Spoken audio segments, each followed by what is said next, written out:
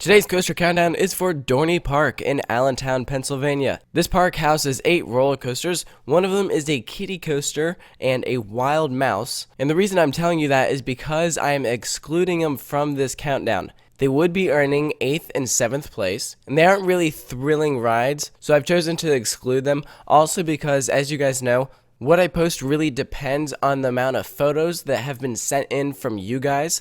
There's a lot of interactivity with this channel, and I do not actually have any photos of the wild mouse or their kiddie coaster, and so that is another reason why this is only a top 6. Hope you guys can understand. So let's start things off with our last place attraction, Thunderhawk. Now what's good about this ride is that this ride is receiving new trains in 2016, and they're also repainting it, so hopefully it will run better. But even then, I don't know if it will be considered that much better of a ride. This is notoriously not a popular attraction. It's considered rough, and not too many people are fans of it. So I'm skeptical as if these new trains will actually improve the ride experience. I hope they will. But that being said, it's still not that great of a coaster. Coming in at number 5 is Stinger. This is a Vekoma Invertigo coaster, and even though it breaks down all the time, these are still fun models. They can pack in some good G's, you get to go forwards or backwards, and depending on which direction you're sitting, you get a slightly different ride experience, and they're much better than the standard boomerangs. Number 4 is Possessed. This is an intimate impulse coaster. It'll shoot you forward up a twisting spiral,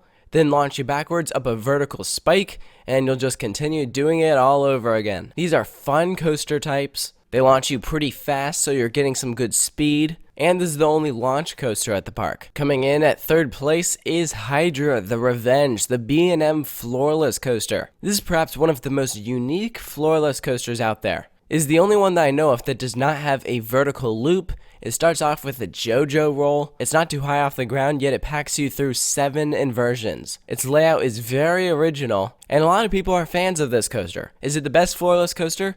No, not necessarily, but it is still a good coaster. Number 2 is Tallinn, the B&M Invert. This is an awesome inverted coaster. It has a strong layout, the inversions are fun, it has a bank turn that's really low to the ground, that's what you're seeing in that top left picture, and it's overall a very strong roller coaster.